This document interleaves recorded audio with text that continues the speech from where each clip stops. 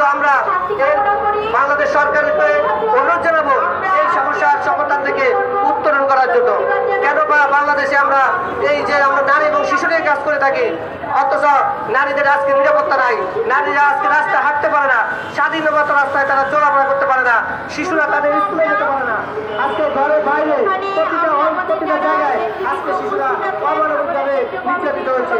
আমরা এই নির্যাতিত শিশুদের আইনি সুরক্ষা সহ আমরা বেশ কয়েকটি দাবি জানিয়েছি, কিন্তু আজ পর্যন্ত এই যে আসিয়া গতকালকে আমরা দেখেছি একটি বাংলাদেশের একটি বিদায়মূলক ঘটনা যে আসিয়া হত্যা, আসিয়া অথচ আজকে এখনো পর্যন্ত সাহিত্য হয়েছে, কিন্তু আসিয়ার সাথে যে নির্মম ঘটনা যারা পাশবিক ঘটনা যারা করেছে তারা আজকে বেলা ভাবে তারা স্বাধীনতা এখন পর্যন্ত দেশের প্রাকৃতিক বাতাস গ্রহণ করতেছে। এটা অত্যন্ত দুঃখজনক। আজকে আমরা দেখেছি বিগত সরকারের আমলে অনেক শিশু নির্যাতিত হয়েছে, অনেক নারী নির্যাতিত হয়েছে। সেই শিশু নির্যাতিত কঠোরভাবে তাদের আইনে প্রয়োগ করতে পারে নাই এবং সেই কারণেই এই নারী নির্যাতনের উৎপত্তি বৃদ্ধি পেয়েছে। আমরা এই নারী নির্যাতন, শিশু নির্যাতন সহ বাংলাদেশের যত রকমের অসামাজিক কার্যক্রম চলমান রয়েছে আমরা তার তীব্র নিন্দা প্রতিবাদ জানাই এবং এর বিরুদ্ধে যাতে অতি দ্রুত সরকার একটি পদক্ষেপ গ্রহণ করে এবং যারা এর সাথে জড়িত থাকে তাদের সাথে পুরো অবস্থাতে তাদেরকে ছাড় নেওয়া হয় এবং অতি দ্রুত আইনের প্রয়োগ বাস্তবায়ন করতে হবে। আইনের প্রয়োগের পার্থক্য থাকার কারণে, আইনের জটিলতার কারণে, আইনের দুর্বলতার কারণে, প্রশাসনের দুর্বলতার কারণে আজকে এই ঘটনাগুলো ঘটে চলছে।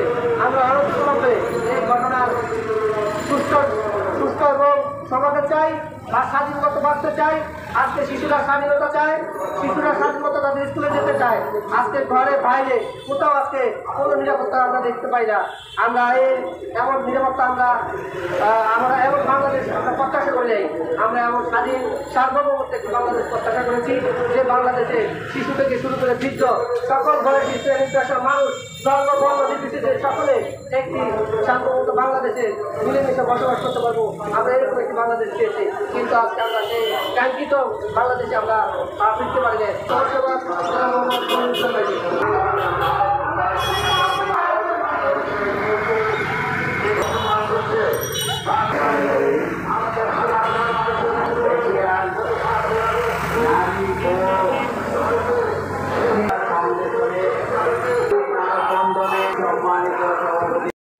আমার মেয়ে তার বাবার কাছে গেছে, সেখানেও আমি নিরাপদ বোধ করছি না।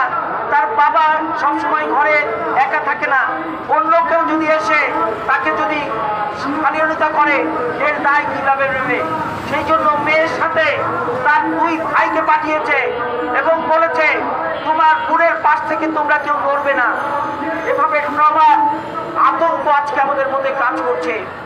আজকে আমরা নিজেদের সন্তানদেরকে আমরা অনিরাপদ মনে করছি। আজকে ধর্ষকদের শাস্তি নিশ্চিতকরণ করতে হবে। আজকে আমরা দেখেছি বাগুড়ায় যখন আসিয়ার লাশ কাছে, সেখানে ডিআইজি কঠিনভাবে পদক্ষেপ গ্রহণ করেছে, হুঁশিয়ারি উচ্চারণ করেছে। আমরা আশা করব বাংলাদেশে আমরা নতুন কোনো আসিয়াকে দেখতে চাই না। আজকে আমি গতকালকে আমাদের বাংলাদেশ জাতীয় মানবাধিকার সমিতির পক্ষ থেকে দাবি তুলেছিলাম, যারা আসিয়াকে হত্যা করেছে তাদের তো ফাঁসি দিতেই হবে। আসিয়ার পরিবারকে রাষ্ট্রের পক্ষ থেকে ন্যূনতম 1 কোটি টাকা দিতে হবে।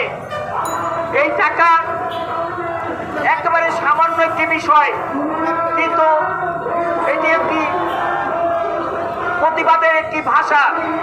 আমরা আশা করব রাষ্ট্র এ বিষয় তার দায় থেকে দায়িত্ব গ্রহণ করবে। রাষ্ট্রকে অনুরোধ করব রাষ্ট্র যাতে এ বিষয়গুলো আরো সোচ্চার হয়। রাষ্ট্র যাতে আগামী 24 ঘন্টার মধ্যে আসিয়ার পরিবারকে 1 কোটি টাকা দেবে সেই ঘোষণা দেয়। আজকে আমরা এই দাবি তুলছি।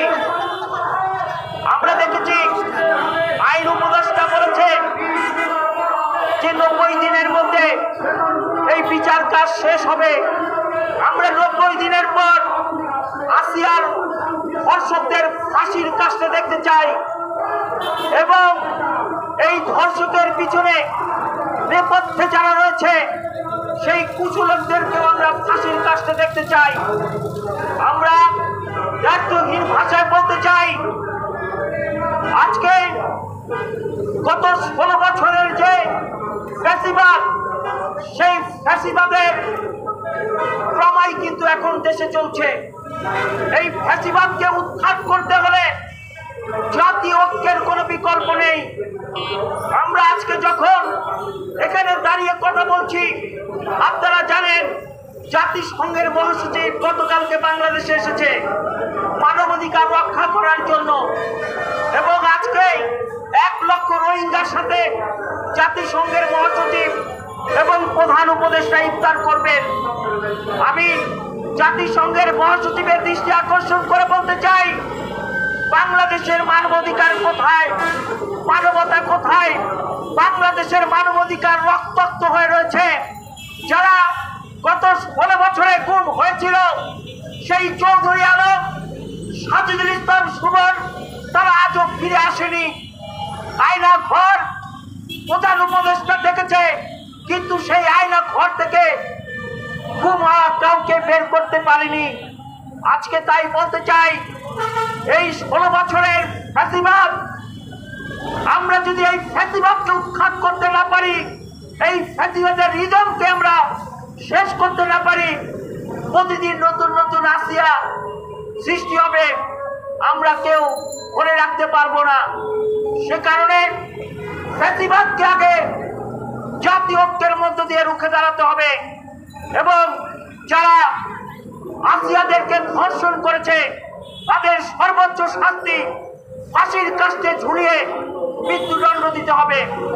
আমি পরিশেষে আজকে মোহাম্মদ আলীকে বিশেষ ধন্যবাদ এবং কৃতজ্ঞতা জানাচ্ছি আজকে এরকম একটি আয়োজন তাৎক্ষণিকভাবে করার জন্য, এবং আসিয়ার বিদায়ী আত্মার মাগফিরাত কামনা করে পবিত্র রমজানে আল্লাহর কাছে এই প্রার্থনা করছি, হে রব্বুল আলামিন, আসিয়াকে শহীদি মর্যাদা দিয়ে তুমি জান্নাত দান করো, আসিয়া যেন জান্নাতবাসী হয়। আল্লাহর কাছে আমরা এই প্রার্থনা করছি। পরিশেষে আজকে পবিত্র জুমাবার আমরা এই মানববন্ধন কর্মসূচিতে আপনারা দেখেছেন গতকালকে ঢাকা বিশ্ববিদ্যালয়, কেন্দ্রীয় শহীদ মিনার সহ বিভিন্ন জায়গায় গায়েবী জানাজা হয়েছে। আমরা আজকে আসিয়ার জন্য এই শুক্রবারে দোয়া এবং মুনাজাতের মাধ্যমে আমরা আমাদের এই সবার কাজ আমরা আনুষ্ঠানিকভাবে শুরু করব এবং ইনশাআল্লাহ আপনারা আজকে যারা আসিয়াকে ধর্ষণ করেছে একটি বিষয় আপনারা দেখতে পেয়েছেন যে আসিয়া তার নিজের আপন বোনের বাড়ি বেড়াতে গিয়েছিল। 8 বছরের শিশু, সে তার বোনের পাশেই ঘুমিয়েছিল। সেখান থেকে আজকে তাকে যেভাবে নির্মমভাবে আজকে নির্যাতন করা হলো এবং গণধর্ষণ করা হলো, আসলে এই প্রশ্নের কোনো জবাব, এই প্রশ্নের কোনো উত্তর, এই পাশবিকতার কোনো প্রতিবাদ কোন ভাষায় করব? সব ভাষাই আমরা হারিয়ে ফেলেছি। তাদেরকে যদি জীবন্ত মাটিতে পুঁতে পাথর নিক্ষেপ করে হত্যা করা হয়, তাহলেই এই শাস্তি যথেষ্ট হবে না বলে আমরা মনে করি। এর চেয়েও যদি কোনো ভয়াবহ শাস্তি থাকে, সেই শাস্তি যদি দেওয়া হয়, তাহলেই বাংলাদেশে নতুন করে কোনো আসিয়া ধর্ষণের শিকার হবে না। আসিয়া আমাদের সন্তান। আজকে আসিয়ার ব্যাপারে যেভাবে রাষ্ট্রের প্রতিটি যন্ত্র সোচ্চার হয়েছে, বাংলাদেশ সোচ্চার হয়েছে, এর আগে যদি অন্যদের ব্যাপারে এভাবে সোচ্চার হতো, তাহলে কিন্তু আজকে এই আসিয়াদের এই ধরনের করুণ পরিণতি আমাদের দেখতে হতো না। আমরা যারা অভিভাবক, আমরা সবসময় ঘটনার পরের কথা চিন্তা করি, কিন্তু একটি ঘটনা ঘটতে পারে, অহরহর একটি ঘটনা ঘটছে, সে বিষয়গুলো আমরা বেবাদন ভুলে যাই বা নিশ্চুপ থাকি। এই নিশ্চুপ থাকলে আমাদের জীবনে এই ধরনের ঘটনা একটির পর একটি ঘটতেই থাকবে, আর আমরা ভালোর মতো ভাববো দেখি না কি হচ্ছে, এখনো তো ভাবছি। এই ভাবনা চিন্তা বাদ রেখে আজকে নতুন করে কোনো আসিয়ার জানেই জন্ম না হয়, কোনো শিশুকে নির্যাতনের শিকার হতে না হয়, আজকে সেভাবে আইনের কঠিন প্রয়োগ করতে হবে এবং আইনকে ঢেলে সেচে সাজাতে হবে, আইনকে পুনর্গঠন করতে হবে এবং আগামী 30 দিনের মধ্যে এই ধর্ষকদেরকে ফাঁসির কাস্টে ঝুলিয়ে হত্যা করে দৃষ্টান্তমূলক শাস্তি দাবি করে দেশবাসীর কাছে নজির স্থাপন করতে হবে। আজকে যদি আমরা শুধু কথায় কথায় প্রতিবাদ করি আর চলে যাই আর শাস্তি না হয়, তাহলে এই ঘটনাগুলো ঘটতেই থাকবে। আমরা আজকে এই সরকারের কাছে অনুরোধ করব, আপনারা আর্মির হেলিকপ্টারে আসিয়ার লাশ নিয়ে গেছেন, আপনাদেরকে ধন্যবাদ। সর্বোচ্চ সিএমএইচে আসিয়ার চিকিৎসা করেছেন, আপনাদেরকে ধন্যবাদ। আসিয়ার হত্যাকারীদেরকে গ্রেফতার করেছেন, আপনাদেরকে ধন্যবাদ। আরেকটি ধন্যবাদ দেওয়ার সুযোগ দিন, তাদেরকে ফাঁসি দিয়ে দেশবাসীর ধন্যবাদ নেওয়ার আপনারা সুযোগ করে দিন। আমরা আপনাদেরকে আরেকটি ধন্যবাদ দিতে চাই।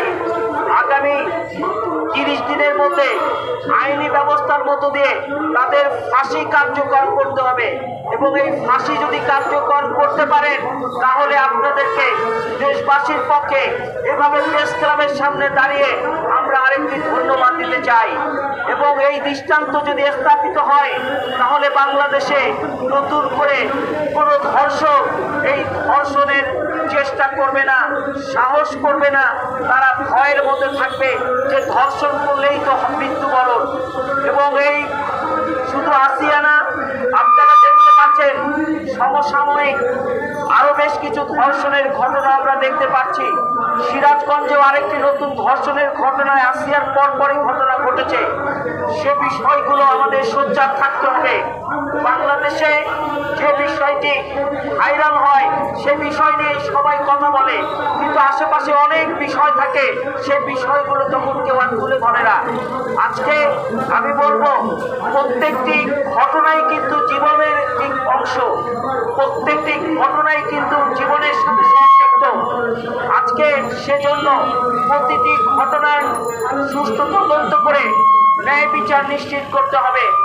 বাংলাদেশে আর জানি কোনো ধর্ষকরা সাহস না করে, কোনো ধর্ষকরা চিন্তা করতে না পারে যে আমি কারো দিকে তাকাবো।